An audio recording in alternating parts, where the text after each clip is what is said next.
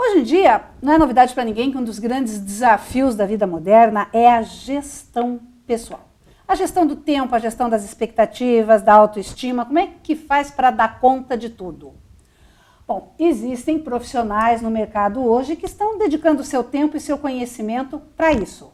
São coaches pessoais, os coaches pessoais. E eu recebo hoje aqui um deles, que é o Alexandre Ziz. Alexandre, seja bem-vindo, é um prazer te receber. Obrigado, Ana, prazer estar aqui. O que faz um coach pessoal?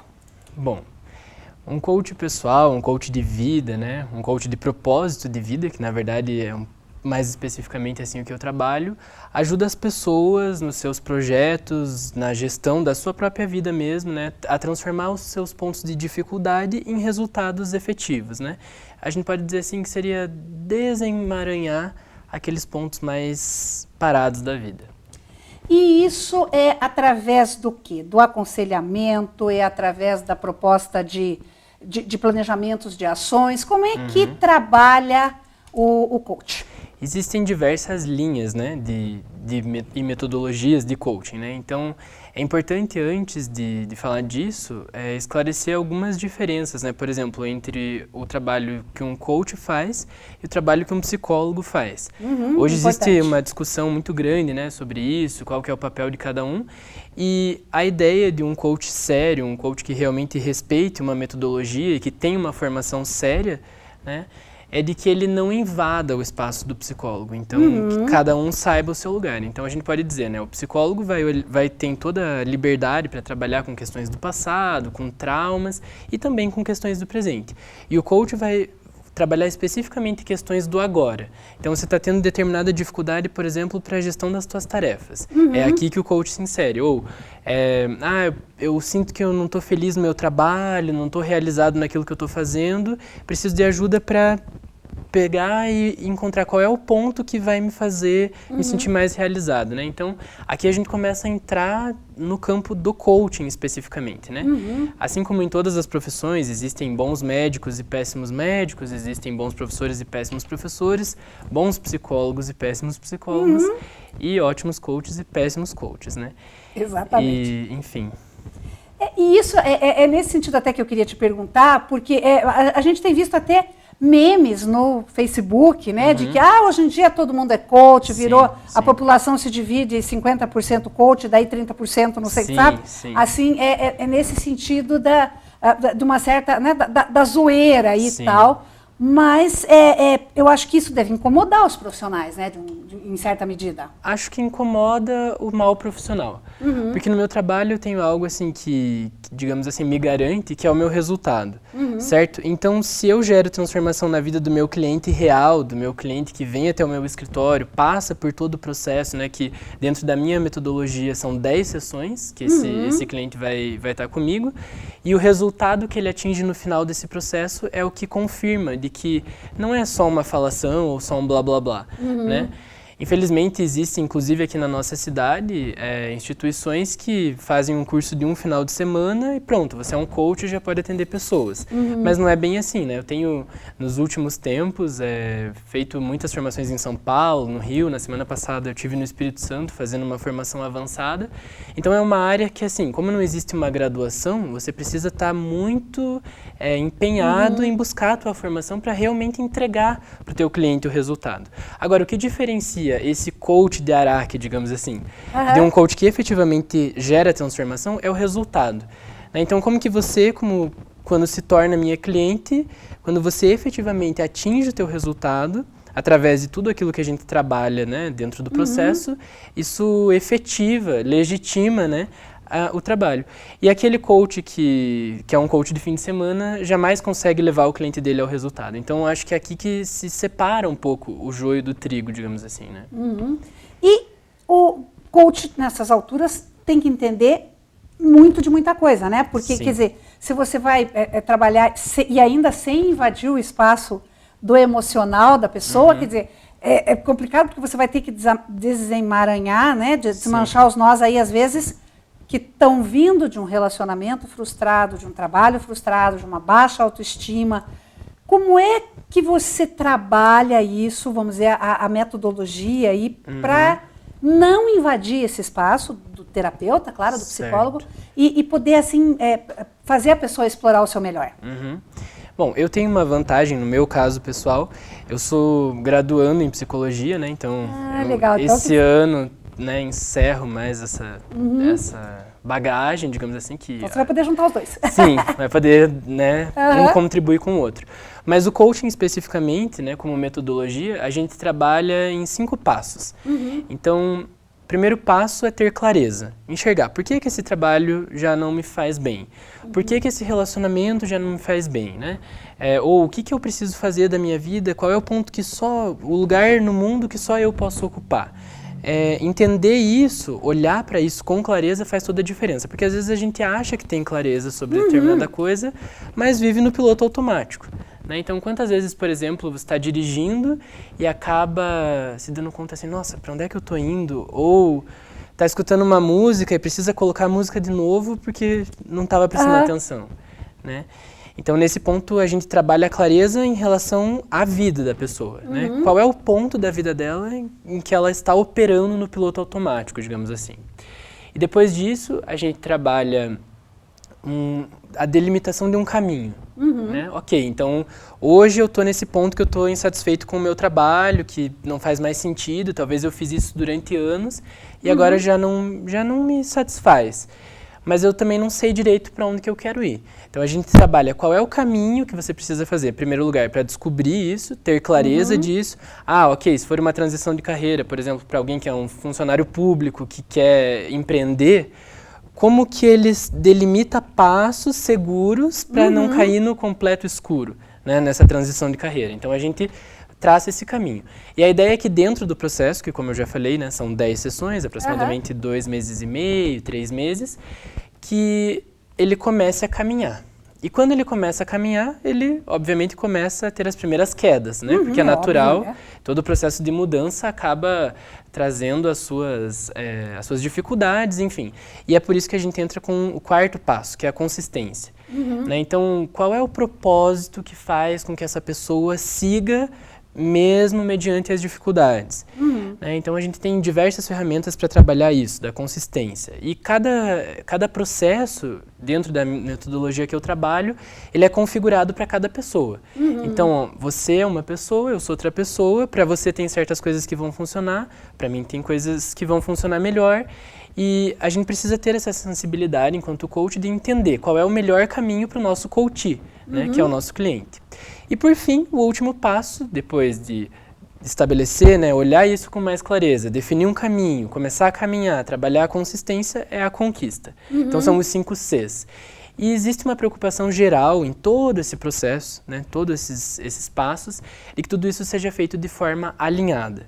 E para isso, para esse alinhamento pessoal, entra muito uma questão de autoconhecimento. Mas não um autoconhecimento assim só, me conheço e tal. Até porque a gente tem um tempo relativamente curto para entregar um resultado, né? Então a gente trabalha com algumas ferramentas, como por exemplo o perfil comportamental, que delimita, basicamente existem 4 tipos de comportamento que levam a determinados tipos de decisões, enfim. E é uma ferramenta muito interessante, né, que traz muito conhecimento, e às vezes a pessoa termina a sessão de 1 hora e fala, não é possível, vocês ligaram para minha família, ligaram para o meu marido, né? Fala, não, é a própria ferramenta. Vocês têm bola de cristal? Como é que é esse negócio fala, aí? Nossa, isso parece meio... É uma espionagem, mas não. Ele é uma ferramenta cientificamente comprovada, né? Foi feito um estudo na Universidade Federal de Minas Gerais que validou esse teste. Então ele tem, assim, a pessoa entra num link, ela responde 2 blocos de perguntas ali, com o que ela mais se identifica e tal. Leva de 5 a 10 minutos para responder.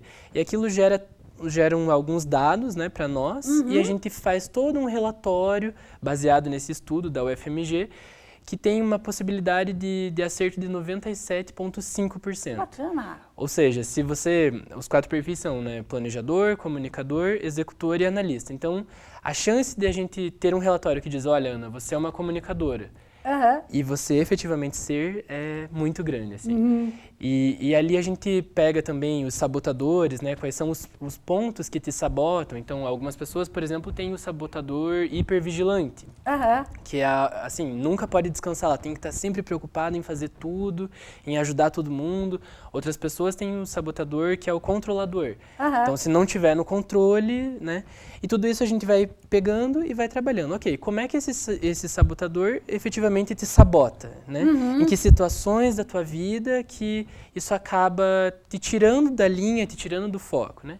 Além disso, a gente também trabalha com valores, tudo isso para alinhar, para que não seja algo assim, por exemplo, eu quero mudar de profissão. Então, hoje eu sou, sei lá, por exemplo, engenheiro, que é algo que acontece muito, assim, do pessoal da engenharia querer migrar, né?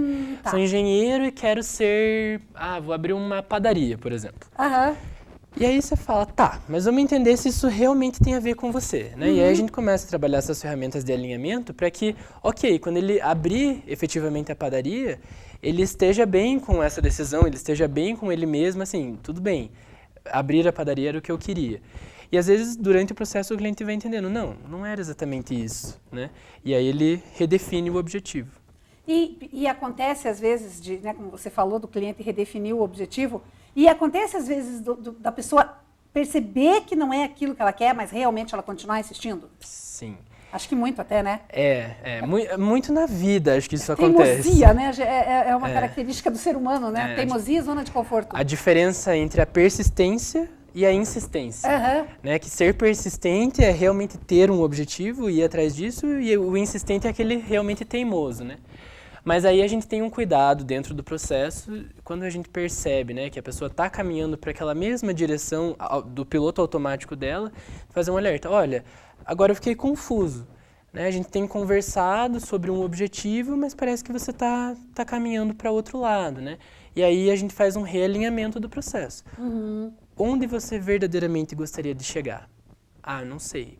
Então, talvez o ponto dessa pessoa seja descobrir onde ela quer chegar, né? Acontecem muitos casos de pessoas, né? Por exemplo, teve uma cliente que encerrou o processo recentemente, ela veio com o objetivo de emagrecimento. Porque eu preciso emagrecer, ok. A gente sempre estabelece, né, a clareza, como eu falei, nas primeiras sessões.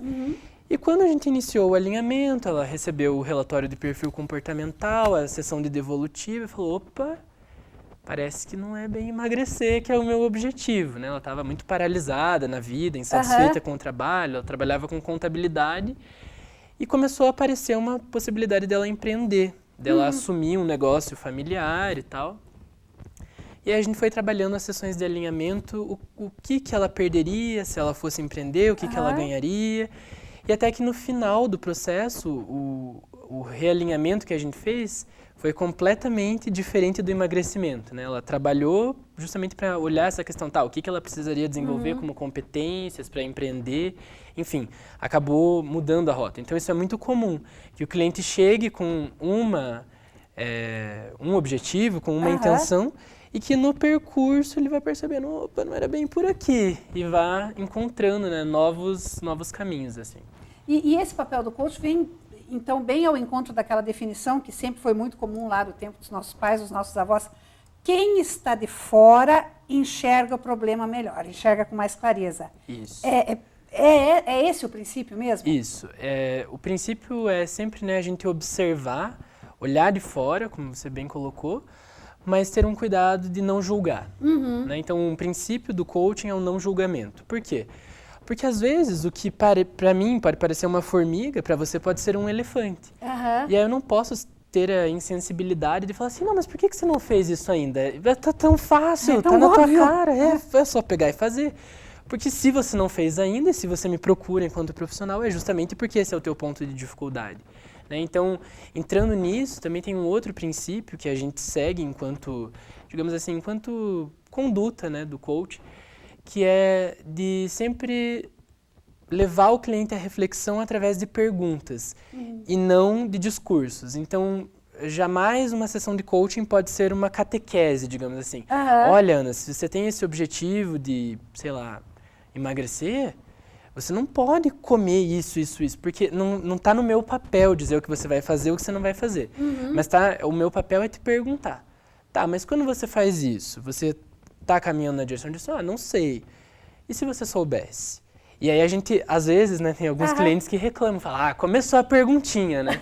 Porque é uma pergunta que leva a outra, que leva a outra, que leva a outra, que leva a outra. Menino perguntador quer parar? É, assim, para. Ou já escutei assim também, né? Nossa, mas você é tão novinho, de onde é que você aprendeu a fazer essas perguntas, né? Porque, justamente, o treinamento de um coach sério é a arte de aprender a perguntar, né? Aprender a fazer aquela pergunta que leva à reflexão e ao aprendizado real. Né? Ou muitas vezes quando, por exemplo, a gente sempre tem um outro princípio, né, que é colocar o coaching em movimento.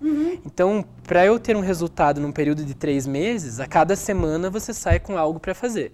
Sim. Mas não é assim, tipo, qual que é a tarefinha da semana, né?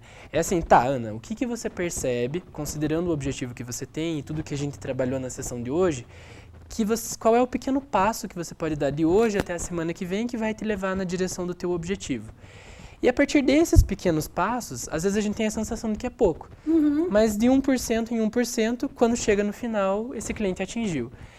E é muito louco, assim, porque é até esquisito falar, né, que é muito louco, mas como os objetivos são muito amplos nessa área, né, nesse nicho do propósito de vida. Porque, às vezes, tem objetivos que são comuns, por exemplo, emagrecer, por exemplo, autoconhecimento, redefinir carreira, né? Então eu faço isso, mas não estou mais satisfeito com isso. E teve um desafio que chegou para mim, é um caso que eu tenho autorização dela para contar, que eu acho muito interessante, assim, porque até eu desconfiei do objetivo dela. E como a gente tem o princípio de não julgar, eu pensei, será? Será que vai dar para chegar nesse objetivo, né? Então essa pessoa, ela é uma coreógrafa e ela tem já 30 anos de carreira, ela trabalhou muito tempo aqui em Ponta Grossa, enfim. E construiu uma base muito sólida, né? Os grupos dela sempre foram muito vitoriosos nas competições, mas tinha uma competição específica que ela tinha muito medo de ir, que era o Festival de Joinville. E o Festival de Joinville é o maior festival de dança do Brasil, né? E aí, quando ela chegou pra mim e falou, meu objetivo é levar meu grupo pra Joinville. Aí eu, nossa, tão simples, né? Parece tão simples, né? E, enfim, algo tão amplo e que não dependia só da gente, né?